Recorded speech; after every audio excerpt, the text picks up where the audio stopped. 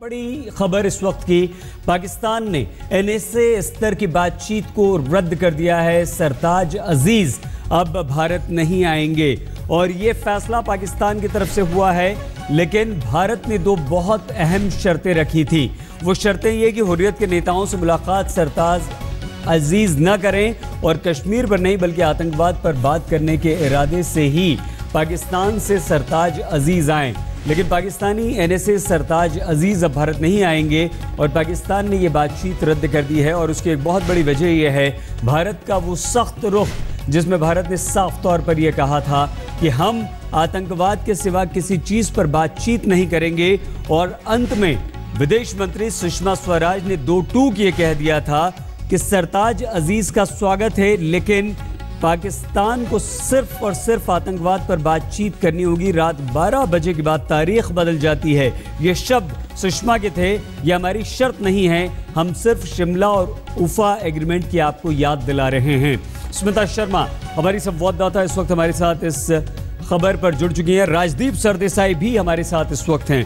राजदीप, पाकिस्तान का ये फैसला, हम कश्मीर पर बात नहीं करेंगे, हम किसी और मुद्दे पर बात नहीं करेंगे, हुर्रियत से आप बात न करें, सिर्फ सबसे पहले आतंकवाद पर बात करें, क्या भारत के इस सख्त रुख का परिणाम है? राजदीप जी देखिए, मुझे लगता है जिस तरह से ये बातचीत हुई है, जिस डायरेक्शन में गई है, उससे साफ है कि भारत और पाकिस्तान के बीच में जो दूरी है उसको कम करने की जो कोशिश की गई है वो नहीं हो पाई है। और यही वजह है कि पाकिस्तान अपने एक अलग डायरेक्शन, पाकिस्तान दिखाना चाहता है कि भारत ने आतंकवाद बलूचिस्तान में फैलाया, डोसियर उनके पास है, हम कह रहे हैं हमारे पास नावेद जैसे जिंदा सबूत हैं। तो ये जो तू मैं है, ये किस तरह से आगे ऐसे माहौल में ये कैसे दोनों साइड जो है आतंकवाद का मुद्दा भी हो तो उस पर बातचीत क्या होगी? वो तो एक दूसरे को सबूत देते रहेंगे, डोसियर देते रहेंगे।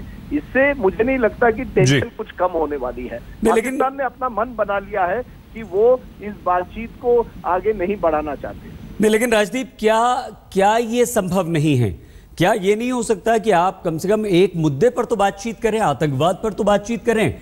कश्मीर और दूसरी जो बातचीत है आपकी, हुर्रियत से आप मिलते हैं, बातचीत शुरू होने से पहले क्या ये रवैया पाकिस्तान का, जो रुख पाकिस्तान का है, वो सही है? देखिए, पाकिस्तान का रुख बिल्कुल अपने सही नहीं है, क्योंकि उफा के एग्रीमेंट में साफ था कि जो एनएसए टॉक्स होंगे वो आतंकवाद के मुद्दे पर होंगे। लेकिन जब पाकिस्तान के लीडर जब वापस गए पाकिस्तान, तो साफ था कि आर्मी और डोमेस्टिक कंस्टिट्यूंसी जो उनकी है, उन्होंने साफ कहा कि आप केवल आतंकवाद पर नहीं बात कर सकते भारत के साथ, आपको कश्मीर का मसला लाना ही पड़ेगा। यानी पाकिस्तान बैक ट्रैक कर रहा है और पाकिस्तान केवल ये चाहता है कि एक ऐसा माहौल बने जिसमें ये बातचीत ना हो, और अगर होगी तो न्यूयॉर्क में होगी जब दो प्रधानमंत्री मिलेंगे। लेकिन कॉम्पोजिट डायलॉग जो था उससे पाकिस्तान लगता है एक तरह से हट रही है। राजदीप, हम और चर्चा करेंगे। इस वक्त हमारी संवाददाता स्मिता शर्मा भी हमारे साथ हैं। स्मिता, क्या औपचारिक तौर पर पाकिस्तान ने भारत को ये जानकारी दे दी है कि ये बातचीत में वो अब इंटरेस्टेड नहीं है?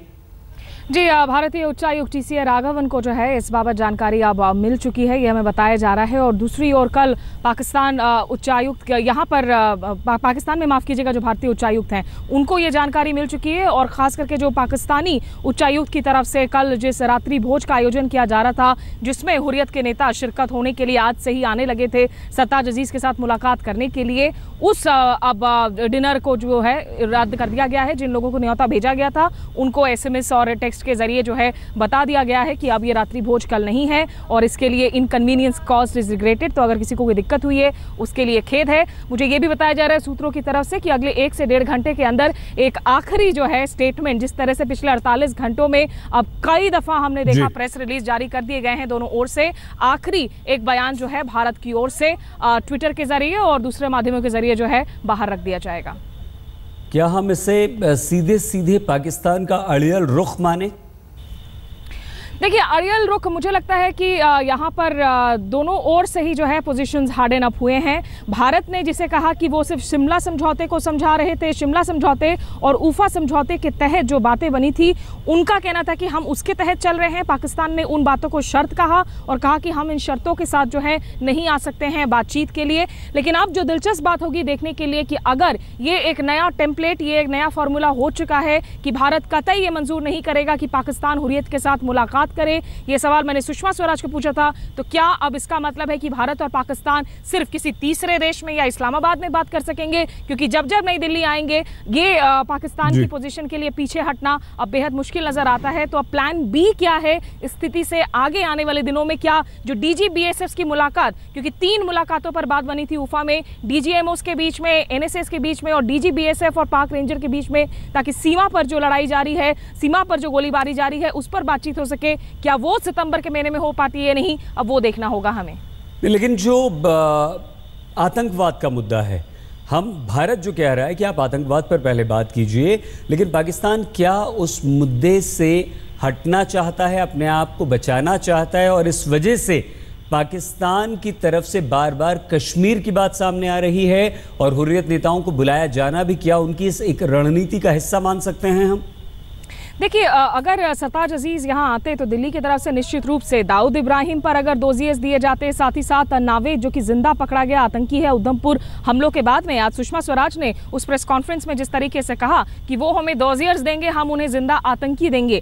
लेकिन ये कहते हुए याद हो कि पाकिस्तान को एक मौका मिला अपनी प्रेस कॉन्फ्रेंस में सरताज अजीज उन 3 डोजियर्स का जिक्र करने का, जिसमें उन्होंने कहा कि संदिग्ध रूप से भारत और भारत के खुफिया एजेंसियों की हाथ होने की बात कही। वहां पर गतिविधियों में, वो कराची में हो या बलूचिस्तान में हो, उन डोजियर्स में हो झूठ और झूठ ही होंगे, लेकिन उन डोजियर्स को जो है अंतर्राष्ट्रीय मंच पर एक बार दिखाने की कोशिश है सरताज अजीज की मीडिया के जरिए। तो निश्चित रूप से ये, क्योंकि अब जब संयुक्त राष्ट्र महासभा की बैठक होगी, सुषमा स्वराज ने ये भी कह दिया कि भाई अगर बातचीत होनी है तो वो नई दिल्ली या इस्लामाबाद में होगी। क्या इसका मतलब है कि न्यूयॉर्क में जो है अब ये बातचीत की संभावना नहीं है? न्यूयॉर्क में वो मौका नहीं मिल पाएगा कि दोनों देश एक दूसरे पर जो है नई सिरे से ये तमाम जो एक्यूजेशंस है वो एक दूसरे पर लगा सके। लेकिन निश्चित रूप से फिलहाल जो है सरताज अजीज अब कम से कम कल नहीं आ रहे हैं। बने रहिए आप हमारे साथ। मौसमी सिंह हमारी संवाददाता भी इस वक्त हमारे साथ जुड़ चुकी है। मौसमी, जो विदेश मंत्री सुषमा स्वराज ने प्रेस कॉन्फ्रेंस आज की और उस प्रेस कॉन्फ्रेंस में इशारों में उन्होंने कहा कि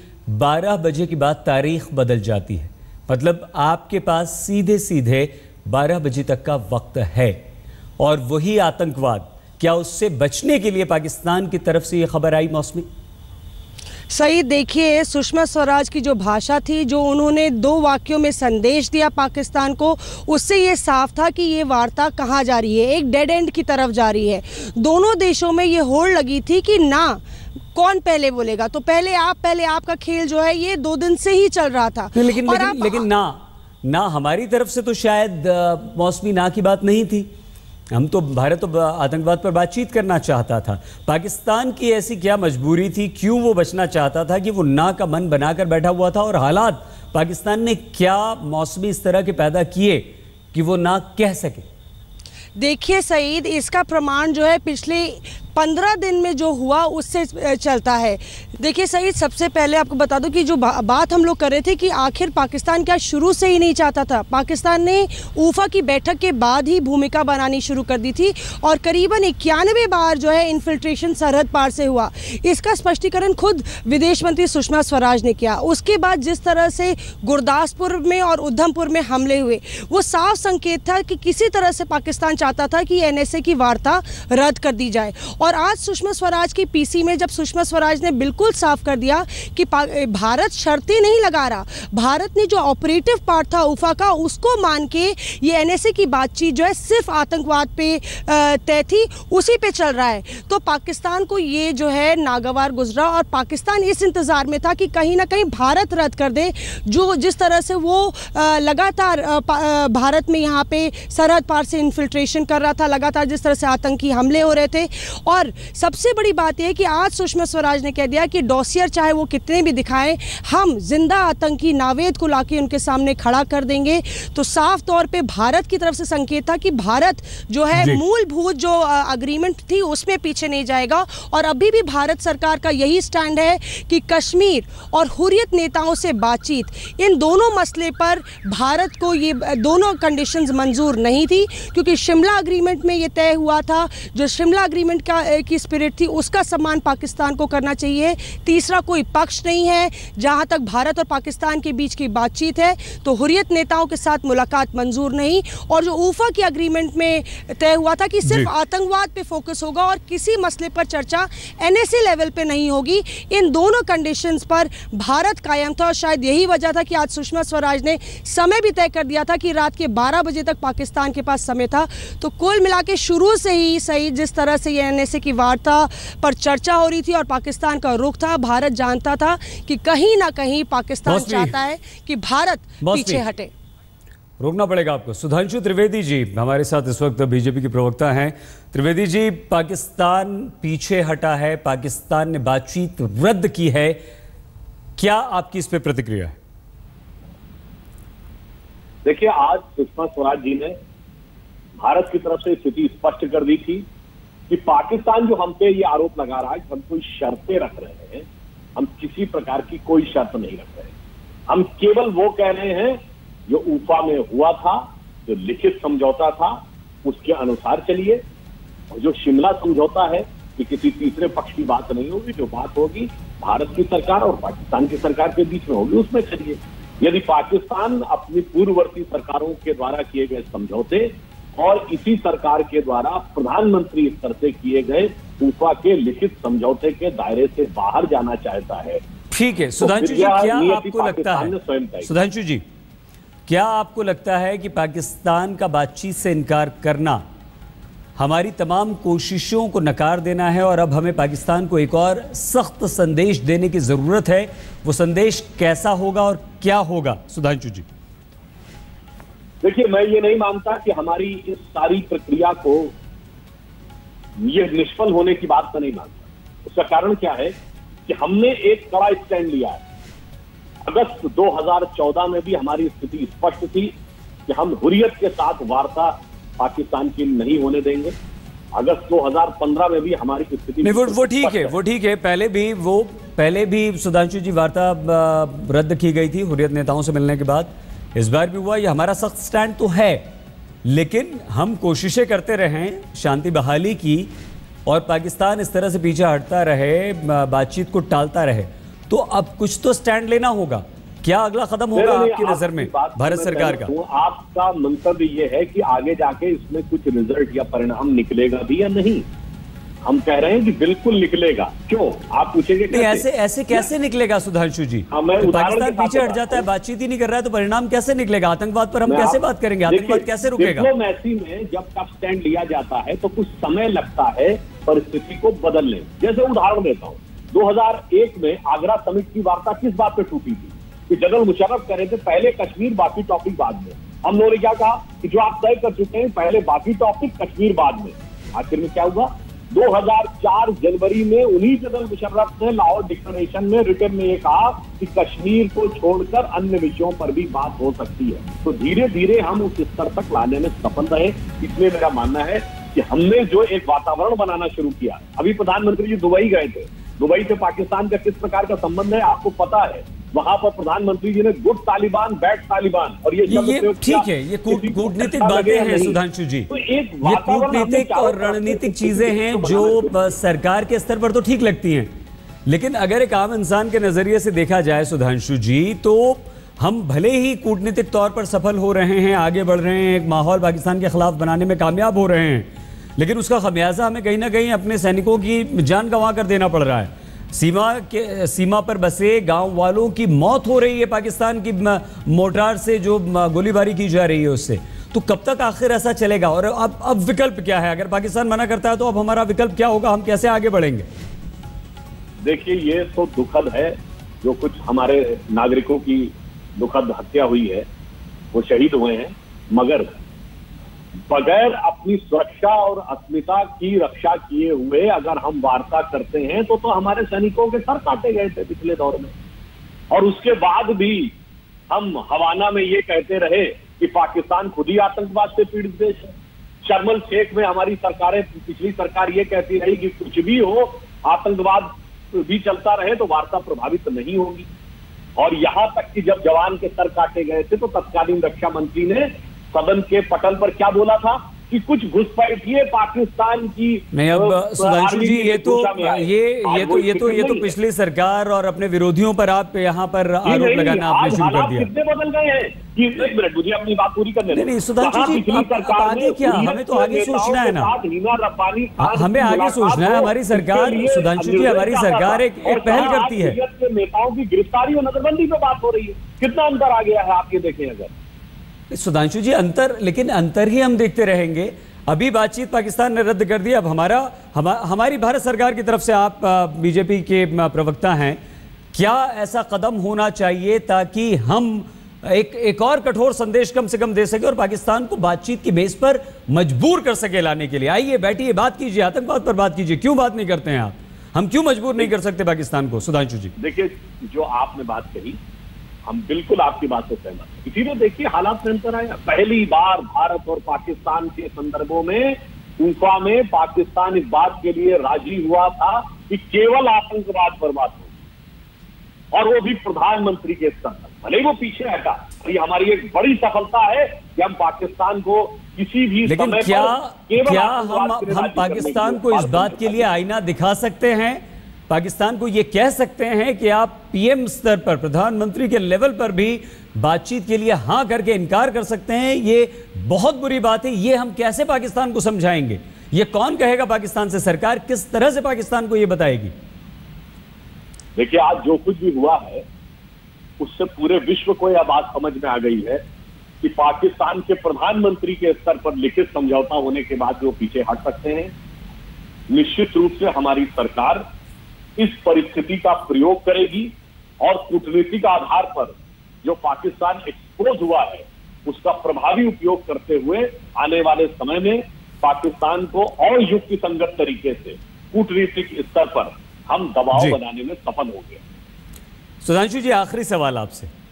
बातचीत पाकिस्तान ने तोड़ दी, बातचीत अब वो करना नहीं चाहता। ठीक है, हमारी कूटनीतिक जीत है, हम विश्व को एक संदेश देने में कामयाब रहे हैं कि हम बातचीत करना चाहते हैं, शांति से आतंकवाद का मुद्दा हल करना चाहते हैं।